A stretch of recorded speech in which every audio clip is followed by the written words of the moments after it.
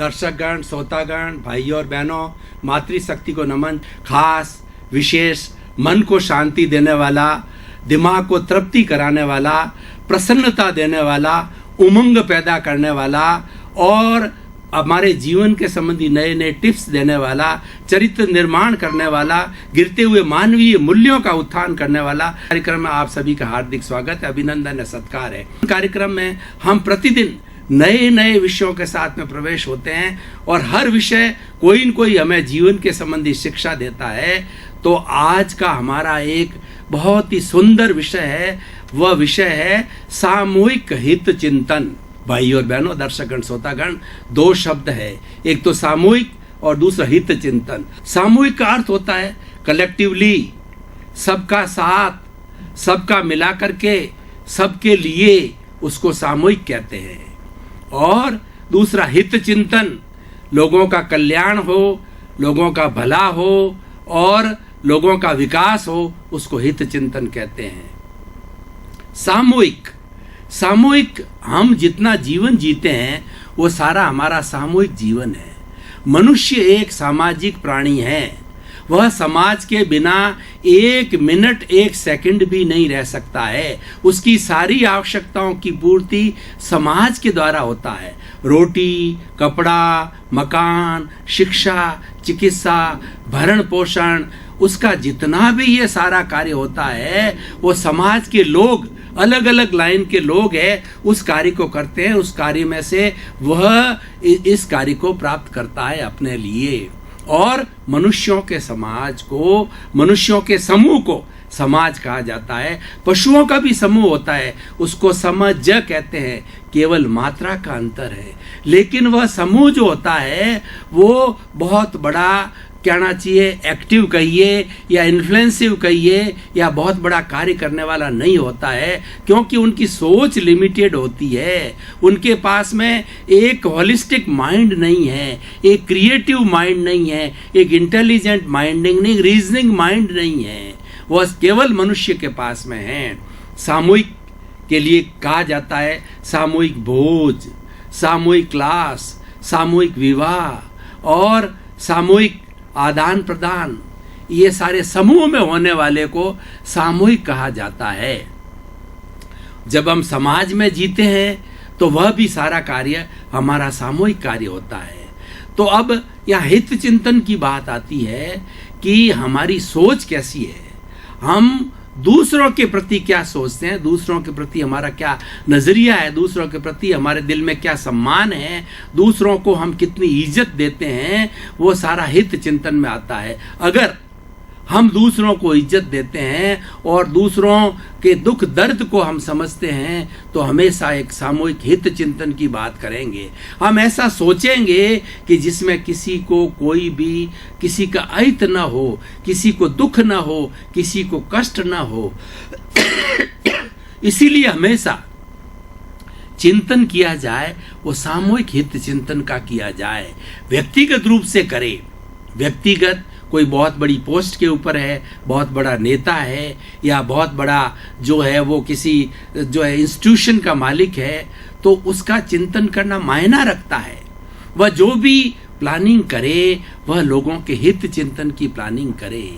इसी तरीके से सरकार को लीजिए, सरकार के जो प्रधानमंत्री होते हैं, मंत्री होते हैं, एमएलए होते हैं, एमपी होते हैं, ये जनप्रतिनिधि होते हैं जो कि जनता का प्रतिनिधित्व करते हैं विधानसभा के अंदर और लोकसभा के अंदर।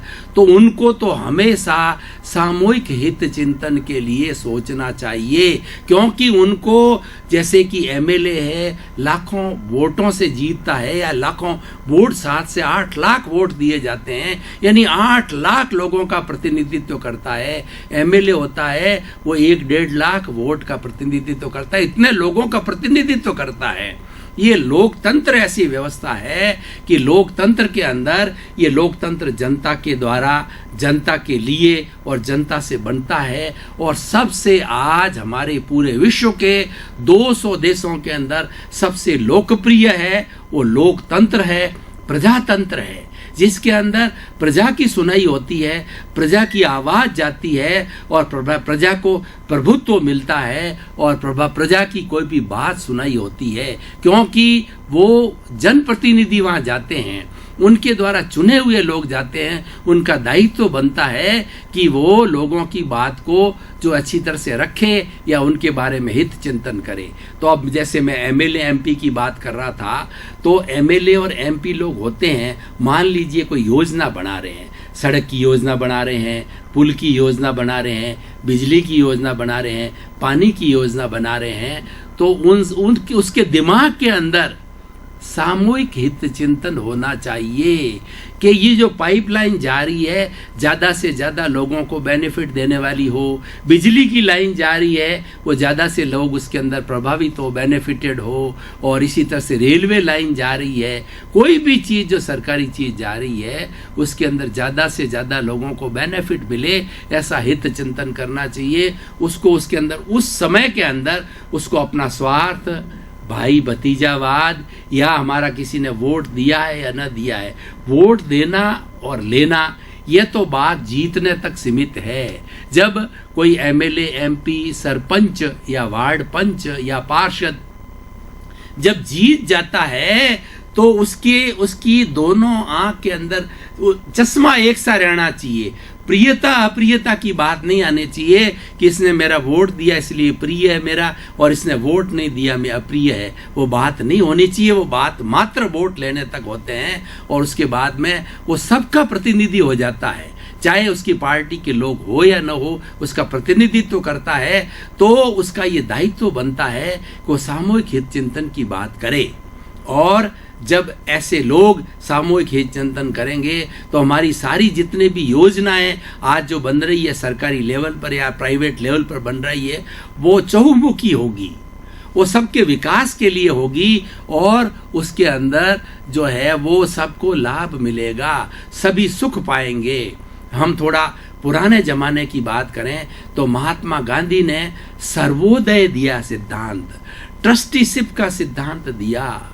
ये सर्वोदय का सिद्धांत क्या है? और कि सबका उदय हो।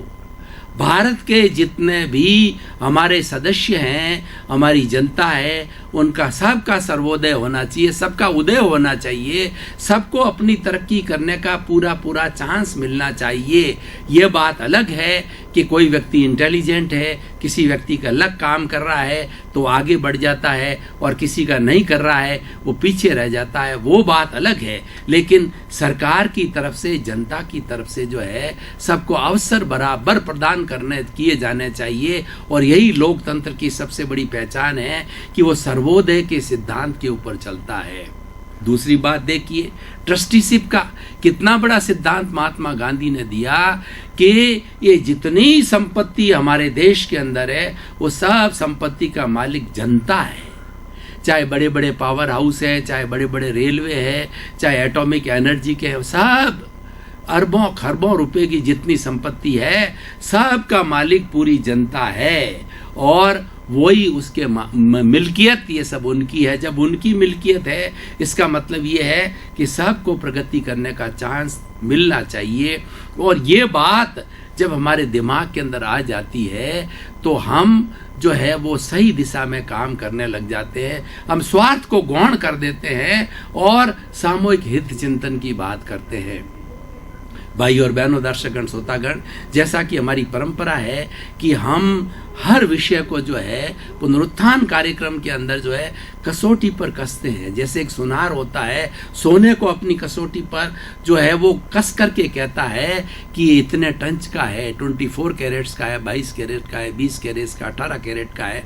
तो हम भी प्रति एपिसोड के साथ साथ के अंदर ये निष्कर्ष निकालते हैं, इस पर ये चिंतन करते हैं कि जो आज का विषय है वो हमारे समाज को क्या देगा, ये वो व्यक्ति को क्या देगा और पूरी मानव जाति को क्या देगा, और यहाँ तक कि पूरी प्राणी मात्र को है वो इससे क्या शिक्षा मिलेगी, क्या देगा।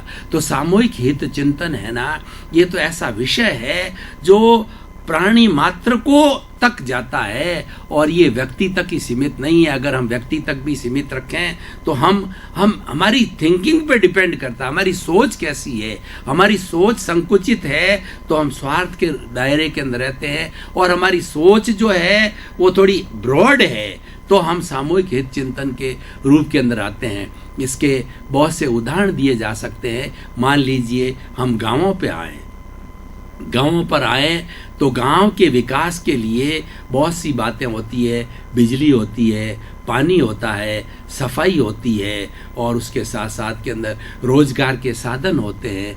तो उसके अंदर हर व्यक्ति को, और खास करके जो सरपंच और जो वार्ड पंच वगैरह होते हैं, उनको जो है सबके हित चिंतन की बात करना चाहिए। सामूहिक हित चिंतन की हम बात करते हैं तो वो सुविधा सब में बढ़ जाती है। बिजली गई, पानी गया या कोई हॉस्पिटल गया तो वो सभी के लिए उपयोगी हो जाता है। उसकी लोकेशन वैसी होनी चाहिए जहाँ ज़्यादा से ज़्यादा लोग रहे, उसके बीच में होना चाहिए। चाहे बिजली हो, चाहे पानी हो, चाहे अस्पताल हो, चाहे स्कूल हो, उसकी लोकेशन ऐसी हो कि ज़्यादा से ज़्यादा गांव के लोग जो है वहाँ इजीली पहुँच सके और पहुँच करके उसका उपयोग लेवें। जैसे गांव मान लो एक जगह बसा हुआ है और वह स्कूल आपने किसी रूरल एरिया में, जंगल में जा करके और 10 किलोमीटर दूर भेज दी, तो हर एक के लिए 10 किलोमीटर जाना इतना सरल नहीं है, और उसकी क्या उपयोगिता है। तो सामूहिक हित चिंतन में ये पॉइंट आता है कि जो हम योजना बनावें उसकी योजना की लोकेशन क्या होनी चाहिए, और उस योजना के साथ में कितने कितने लोग बेनिफिटेड होंगे। आज मैं आपको उदाहरण देना चाहता हूं कि वर्तमान के हमारे जो प्रधानमंत्री भाई नरेंद्र मोदी है, वो हमेशा सामूहिक हित चिंतन की बात करते हैं, और वो तो कहते हैं कि मेरे पास में 125 करोड़ जनता का सहयोग है, 250 करोड़ मुझे सहयोग करने के लिए तैयार है। ऐसा क्यों कहते हैं वो, या लोग उसको सपोर्ट क्यों करते हैं? कि वो सामूहिक हित चिंतन की बात करते हैं। वो कोई भी योजना बनाते हैं तो सबसे पहले उसके दिमाग में होता है कि जनता को क्या फायदा होगा। यथा राजा तथा प्रजा। अगर हमारा राजा अच्छा है, वो सामूहिक हित चिंतन की बात करता है, तो प्रजा भी उसके लिए प्रभावित होती है और प्रजा उसको चाहती है, उसको सम्मान करता है। देखिए कि जहाँ पर हम ड्यूटी और राइट की बात करें तो राइट तो ड्यूटी करने वाले को राइट ऑटोमेटिकली मिलता है। हमें राइट की चिंता नहीं करनी है, हमें हमारा उत्तरदायित्व है उसकी चिंता करनी है, अधिकार की चिंता नहीं करनी है। ये अधिकार तो अपने आप आते हैं, काम करने वाले के साथ में अधिकार आते हैं। मुख्य बात होती है काम करने की है, डिवोशन और डेडिकेशन की होती है। सबसे बड़ी बात यह है कि आज का एपिसोड को हम प्रेजेंट सिनेरियो के साथ के अंदर जोड़ें तो आज व्यक्ति सेल्फ सेंटर्ड हो गया है, आज व्यक्ति स्वार्थी हो गया है। वह व्यक्ति अपना घर भरना चाहता है, दूसरे की केयर नहीं करता है, इसीलिए भ्रष्टाचार बढ़ रहा है और ये सारी घूसखोरी बढ़ रही है और ये चीज़ें बढ़ रही है। अगर सामूहिक हित चिंतन की हम बात करें तो न तो घूस को लेने का हो न देने का हो, तो हमारी सारी योजनाएं स्वतः ही ठीक होगी। हम थोड़ा 5-10 साल पुराना सिनेरियो को देखें और आज सिनेरियो को देखें तो हमारी सरकार के कामकाज में काफ़ी बदलाव आया है और सामूहिक हित चिंतन की बात हो रही है, जो कि अच्छा संकेत है, होना भी चाहिए। आज बैंक का काम देखिए, कोई भी चीज़ देखिए, आज सारा इंटरनेट से जुड़ रही है। हर व्यक्ति का जैसे अकाउंट है, उस अकाउंट के अंदर हर चीज़ आती है, उसको हर क्षण मालूम होता है SMS के द्वारा कि मेरा कितना बैलेंस है, कौन सी राशि इसमें आ गई है और जागी। और प्राय लोगों की जो सरकार से आने वाली राशि होती है उसके सारे अकाउंट के अंदर आती है। तो ये कितनी बड़ी सुविधा है। ये सुविधा कहाँ से आई? ये सुविधा सामूहिक हित चिंतन करने में आई। हो सकता है कुछ ऐसे स्वार्थी तत्व हो, कुछ 1-2% स्वार्थी तत्व हो, उनके स्वार्थ पूरे नहीं हो तो उनको बुरा लगता हो, लेकिन ये तो सर्वोदय की बात है, ज़्यादा लोगों के भले की बात है। तो हमें हमेशा चिंतन ज़्यादा लोगों के भले के लिए करना चाहिए, और ख़ास तौर से ऐसा व्यक्ति जो कि पब्लिक प्लेटफॉर्म पर है, सेवा के प्लेटफॉर्म पर है, समाज के जिम्मेवार जो है पद के ऊपर है, तो उसको हमेशा सामूहिक हित चिंतन की बात करनी चाहिए। सामूहिक हित चिंतन की बात करने से वह व्यक्ति सबका का प्रिय हो जाता है। सब उसको व्यक्ति उसको चाहते हैं, उसे प्रेम करते हैं, उसको आदर देते हैं। और सामूहिक हित चिंतन के बारे में हमें लोगों को ज़्यादा से ज़्यादा वर्कशॉप लगाए जाने चाहिए, सेमिनार लगाए जाने चाहिए, क्लासेस ली जानी चाहिए और लोगों के अंदर ये मानसिकता, ये अवेयरनेस पैदा करनी चाहिए। खास करके युवा पीढ़ी जो आज हमारी 60-80 करोड़ युवा पीढ़ी है, उस युवा पीढ़ी को आज गाइडेंस की बहुत जरूरत है। युवा पीढ़ी पढ़ लिख रही है लेकिन अनुभव नहीं है उनके पास के अंदर। उस अनुभव को देने के लिए हमें उन्हें ऐसे सार तत्व बताने चाहिए कि आप बड़े आईएएस बन जाओ, आईपीएस बन जाओ या आरएएस बन जाओ या किसी भी जो है पब्लिक प्लेस के पर जाओ, तो आपको सामूहिक हित चिंतन की बात करना चाहिए। हर वक्त आपके दिमाग के अंदर सामूहिक हित चिंतन आना चाहिए। भाई और बहनों, दर्शकगण, श्रोतागण, छोटे रूप के अंदर मैं आपको बताता हूँ, हम जिस परिवार में रहते हैं, मान लीजिए एक परिवार में हम, आजकल तो न्यूक्लियर फैमिली हो गई, 5 का परिवार हो गया, पहले 100-100, 200 का परिवार होता था। तो उस परिवार के अंदर जो मुखिया हुआ करता था वो सामूहिक हित चिंतन की बात किया करता था और घर का जो गार्जियन होता था, जो लोग उससे किसी बातचीत करनी होती, गाइडेंस लेना होता था, परामर्श लेना होना था, आदेश लेना होता था, तो उस जो है वरिष्ठ नागरिक के पास में जाते थे और उसका कहा हुआ फाइनल होता था, सभी को वो मान्य होता था, बाइंडिंग रहती थी, उससे अनुशासन आता है। सामूहिक हित चिंतन का बात करने से हमारे में स्वतः ही अनुशासन आता है, क्यों हम ये डेडिकेट हो जाते हैं कि ये जो बात कही जा रही है मेरे हित के लिए कही जा रही है, इसमें भी मेरा हित है। तो वो बात जो उस आदमी समर्पित हो जाता है वो अनुशासित होता है। तो भाई और बहनों, दर्शकगण, श्रोतागण, आज हम निष्कर्ष की भाषा में बात करें कि आज जो बिगड़ी हुई परिस्थितियां के अंदर जो है हमें इस विषय को बहुत ही ज़्यादा जो है वो डीप में जा कर के सोचना है, जीवन में उतारना है और लोगों तक ले जाना है। और जब हम मानसिकता पैदा करें, खास करके स्कूलों में, कॉलेजों में, यूनिवर्सिटियों के अंदर जहाँ की लोग शिक्षा प्राप्त करते हैं, education is such a means which make the man civilized. Education makes the man a perfect man, a man of good principles, a man of the good conduct. Otherwise, अगर शिक्षा को जीवन से निकाल दिया जाए तो व्यक्ति वह पशुवत रहेगा। पशु से इंसान बनाने वाली कोई साधन है, कोई पद्धति है, तो वो शिक्षा है। तो शिक्षा के साथ में हमारे कैरिकुलम में और को कैरिकुलम में सामूहिक हित चिंतन के जो है विषय जोड़े जाने चाहिए और उसके ऊपर जो है डिबेटिंग होनी चाहिए और उस पर जो विद्यार्थी है उनके खुद के जो है वो विचार आमंत्रित किए जाने चाहिए। इसके अंदर विचारों का आदान प्रदान होना चाहिए, इंटरेक्शन होना चाहिए कि किस तरीके से सामूहिक हित चिंतन हो सकता है। अब मैं आपको बताना चाहता हूँ कि सामूहिक हित चिंतन के कौन से ऐसे सूत्र है जिससे कि सामूहिक हित चिंतन को हम जनरेट कर सकते हैं, उसको बढ़ावा दे सकते हैं और हम आकर्षित हो सकते हैं। उसके लिए सबसे बड़ी बात होती है आदमी को स्वार्थवृत्ति को छोड़ना होता है। मनुष्य का शरीर है, मनुष्य का परिवार है, तो स्वार्थ कुछ हद तक तो सही है, वो हम करते हैं और वो स्वार्थ हमारा होता भी है। जैसे हम नौकरी करते हैं, बिजनेस करते हैं, कोई भी आजीविका कमा करने का काम करते हैं, तो ये काम जायज़ है। लेकिन अब सामूहिक हित चिंतन कैसे अप्लाई होता है?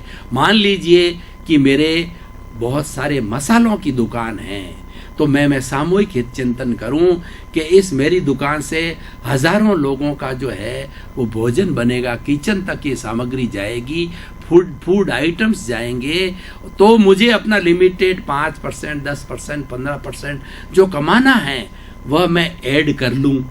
ऐड करने के बाद के अंदर उसमें मिलावट ना की जाए। देखिए, अब सामूहिक हित चिंतन यहाँ लागू होता है कि उसके अंदर हम मिलावट नहीं करें। हम मिलावट नहीं करेंगे तो हमें जितना जायज़ है वह हमारा मुनाफा हमको मिल जाएगा और हमारी सेल बढ़ेगी और लोगों के अंदर ये बात फैलेगी कि यहाँ का माल क्वालिटी का माल है, यहाँ पर कुछ भेड़ भाड़ नहीं है, यहाँ पर कोई तरह का मिश्रण नहीं है, यहाँ पर कोई तरह का जो मिक्सचर नहीं किया गया है।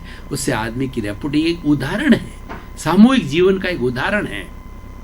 मान लीजिए एक कोई प्रोफेसर है या लेक्चरर है या टीचर है स्कूल का, जिसको 50-50, 100 की क्लास लेता है और प्रतिदिन वो 5-6 पीरियड लेता है, तो सैकड़ों बच्चों को पढ़ाता है वो। तो उसका चिंतन क्या होना चाहिए कि मैं ऐसी शिक्षा दूं, उस सब्जेक्ट के ऊपर बच्चों को इस तरीके से पढ़ाऊं कि बच्चों का सबका कंसेप्शन क्लियर हो जावे, सबका माइंड जो है वो ब्रेन वॉशिंग हो जाए और जो है वो स्टॉर्म थॉर्मिंग हो जावे। तो इस तरीके से उसको पढ़ाना चाहिए। ये सामूहिक हित चिंतन है, ऐसे किया जाना चाहिए। किसी भी प्लेटफॉर्म के ऊपर हम ऐसे किया जा सकता है। छोटे से छोटे रूप के अंदर लेवे हम कि मान लीजिए एक सफाई करने वाला है जिसको एरिया दिया है म्युनिसिपैलिटी ने, इस एरिया के अंदर जो है सफाई करनी है, तो उस बात के उसको पैसे मिलते हैं और वो कार्य भी 8 घंटे या 6 घंटे का जितना नियत समय होता है, निर्धारित समय में होता है। तो उसको जब वो काम करे तो उसको सामूहिक हित चिंतन कैसे होता है। मान लीजिए उसके अंदर सड़ी गली चीज़ें पड़ी है, बदबूदार चीज़ें पड़ी है, ऐसी है और ऐसी ऐसी चीज़ें पड़ी है कि जिसके अंदर वायरस पैदा हो सकते हैं, डेंगू हो सकता है, मच्छर हो सकता है। तो उसका ये कर्तव्य बनता है सफाई वाले का, सामूहिक हित चिंतन का, कि ऐसी दुर्गंध वाली ऐसी चीज़ जो ज़्यादा लोगों को डैमेज कर सकती है, फ्लू फैला सकती है, उसको ले जा करके और जो डंपिंग प्लेस है उसके अंदर डाले। हर जगह स्कोप है सामूहिक हित चिंतन का। स्कोप जैसे हमारा चैनल 24 है, ये किसी एक का ही चिंतन नहीं करता है, ये न्यूज़ देता है। तो पूरे जोधपुर के अंदर जो है हमारे कैमरामैन घूमते हैं। ऐसा नहीं कि पर्टिकुलर एरिया के अंदर जाते हैं या पर्टिकुलर VIP के यहाँ जाते हैं, छोटी से छोटी बस्ती में जाते हैं और बड़े से बड़े IAS IPS अफसर के पास, मंत्री के पास, सब जगह जाते हैं। उससे क्या होता है, और सब आयोजनों में जाते हैं, धार्मिक आयोजनों में जाते हैं, महिलाओं में जाते हैं, बच्चों में जाते हैं, खेलकूद में जाते हैं। उससे क्या होता है कि चैनल 24 पॉपुलैरिटी हो रही है कि ये वास्ट एरिया कवर करते हैं। क्यों? कि हमारे जो कैमरामैन हैं उनका सामूहिक हित चिंतन है। वो ये चाहते हैं कि हमारे जोधपुर में क्या घटित हो रहा है, अच्छा बुरा क्या घटित हो रहा है, वो जनता के सामने आना चाहिए ताकि जनता अवेयर है हो और जनता उस पर अपनी आवाज़ उठा सके। तो ये मीडिया का काम है, वो हमारे कैमरामैन कर रहे हैं। तो ये कार्य हर वक्त किया जाता है। निष्कर्ष की भाषा में मैं ये कहना चाहता हूँ कि मानसिकता बनाने वाली बात है और अच्छी मानसिकता के लिए बच्चे को प्रारंभ से ही जब वो सोचना चालू करे तो उसको ब्रॉड सेंस के अंदर सोचने के लिए बात करनी चाहिए, शॉर्ट टर्म में सोचने के लिए बात नहीं करनी चाहिए। ठीक है, हम 100% उस उपलब्धि तक पहुंच सके ना पहुंच सके, लेकिन जब व्यक्ति सामूहिक हित की बात चिंतन करना सोचेगा, उसका माइंड बहुत फास्ट चलेगा और छोटा बच्चा भी जो है बड़े बड़े प्लान्स बता सकता है कि इस एरिया के अंदर इतना करने से इतनी मेगावाट बिजली पैदा होगी और ये बिजली जो है इतनी इतनी कॉलोनियों के लिए आ जाएगी। सारा उसके दिमाग के अंदर आ जाता है कि 24 घंटे उसके दिमाग के अंदर सामूहिक हित चिंतन की बात चलती है। तो भाई और बहनों, मनुष्य जीवन का ये सबसे बड़ा उपयोग है कि हम जो भी कार्य कर रहे हैं, हम ये नहीं कर रहे हैं, कह रहे हैं आपको कि सामूहिक चिंतन के लिए अलग से समय निकालिए। अलग से समय निकालने की जरूरत नहीं है। जो काम किया, ये गृहिणी है, ये गृहिणी है और 10 लोगों का भोजन बना रही है, तो उसको 10 लोगों के टेस्ट की बात करनी चाहिए कि किस किस व्यक्ति को क्या क्या अच्छा टेस्ट। इसलिए भोजन जो बनाया जाए वो टेस्टी बनाया जाए ताकि सभी लोगों को अच्छा लगे। ऐसा नहीं कि एक के टेस्ट का वो ध्यान रखे और 9 के टेस्ट का ध्यान नहीं रखे। तो ये सामूहिक, एक माँ बाप है, माँ बाप के मान लो आजकल तो संतान 1 या 2 होती है। पुराने ज़माने में हम 10 भाई बहन हैं, तो पुराने ज़माने में 1-1 डजन बच्चे हुआ करते थे। तो माँ बाप जो है वो सारे बच्चों का एक तरीके से ध्यान रखते थे। सादगीपूर्ण जीवन था, सादगीपूर्ण तरीके से होता, लेकिन पक्षपात की बात नहीं होती। सबसे बड़ा सामूहिक हित चिंतन से हमको फायदा क्या होता है, क्या सूत्र मिलता है कि हम पक्षपात को भूल जाते हैं। हमारे ब्लड के अंदर से पक्षपात जो है निकल जाता है। ये प्रैक्टिस करने से होता है और ये अभ्यास करते हैं, इसके परिणाम बहुत दूरगामी हैं। आज से जो 50 साल पहले हमारे पर्यावरण में हमारे बुजुर्ग लोगों के अंदर जो भावना थी वो सामूहिक हित चिंतन की बात थी। वो लोगों से मिलते थे, लोगों के कष्ट को दूर करते थे, सेवा की भावना करते थे, मूल्यों की बात करते थे। लेकिन धीरे धीरे धीरे धीरे सब तिरोहित होता जा रहा है, वो मूल्य समाप्त हो रहे हैं। क्यों? कि सामूहिक हित चिंतन करने का हमारा नजरिया ही बदल गया है।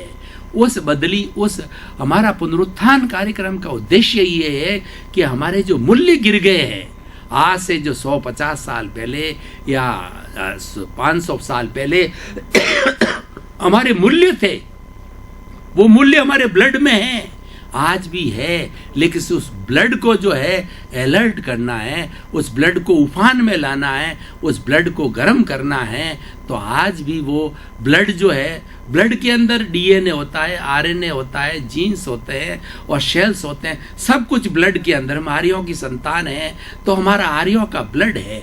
आर्यों का ब्लड क्या है कि हम हिंसा में विश्वास नहीं करते, लेकिन कोई हमारे पर जो है वो थोपता है युद्ध या हमको मारने को तैयार होता है, तो हम मुंह तोड़ जवाब देते हैं। हिंदुस्तान का इतिहास उठा करके आप देख लीजिए कि हिंदुस्तान ने चला के कभी भी युद्ध नहीं किया, लेकिन किसी ने हमारे पर युद्ध थोपा तो हमने उसको ठोका, पीटा और ऐसी हालत बुरी कर दी। हम कायर नहीं है, अहिंसावादी कायर नहीं होता है। क्षमा वीरस्य भूषणम, हम क्षमा करना जानते हैं। क्षमा कौन कर सकता है? जो वीर होता है वो क्षमा कर सकता है। कायर कभी भी क्षमा नहीं करेगा। कायर तो टिट फॉर टैट करेगा, ईंट का जवाब पत्थर से देगा, एक गाली दी तो दो गाली देगी। क्षमावान व्यक्ति उसको माफ करेगा कि ये बेचारा नादान व्यक्ति है, कुछ समझता नहीं है, इसकी गाली इसको वापस लौट जाएगी, मैं अपना मुंह क्यों खराब करूं, इसको गाली क्यों दूं। ऐसी हमारी संस्कृति है। ये सारी बातें कब आती है? जब हम सामूहिक हित चिंतन की बात करते हैं। सामूहिक हित चिंतन से हमारा ट्रस्टीशिप का उद्देश्य और हमारा सर्वोदय का उद्देश्य है वो पूर्ण होता है। ऐसी बड़ी बड़ी जो कॉन्सेप्ट वसुधैव कुटुंबकम का कॉन्सेप्ट है वो सामूहिक हित चिंतन के पर आधारित है। बड़ी बड़ी हमारी भारतीय संस्कृति के कॉन्सेप्ट को देखिए, धर्म दर्शनों को देखिए, धर्म की बात को देखिए, आत्मा की बात को देखिए, जगह जगह सामूहिक हित चिंतन की बात कही गई है। हम सत्संग करते हैं, सत्संग क्यों की जाती? सत्संग क्या करती है कि प्राप्त मन वचन काया से जगत के किसी भी प्राणी को, किसी भी जीव को किंचित भी मन से, वचन से, काया से दुख न हो। ये सामूहिक हित चिंतन की बात नहीं है। 100% सामूहिक हित चिंतन की बात यह है कि मैं मन से, वचन से, काया से ऐसा कोई कार्य नहीं करूं जिससे किसी को किंचित मात्र भी दुख हो। ये हमारी भारतीय संस्कृति हमको बताती है, ये हमको भारतीय दर्शन हमारे को बताता है। सारा सामूहिक हित चिंतन की फिलॉसफी है। दर्शकगण, श्रोतागण, भाई और बहनों, आपका बहुत बहुत धन्यवाद। आपका उपकार, आपके प्रति कृतज्ञता। कार्यक्रम को आप चमका रहे हो। आज टॉक ऑफ द टाउन बन रहा है, लोगों का जीवन परिवर्तन हो रहा है, लोगों को बहुत कुछ मिल रहा है। तो इसी क्रम में आपके प्रति मंगल भावना, शुभकामनाएं।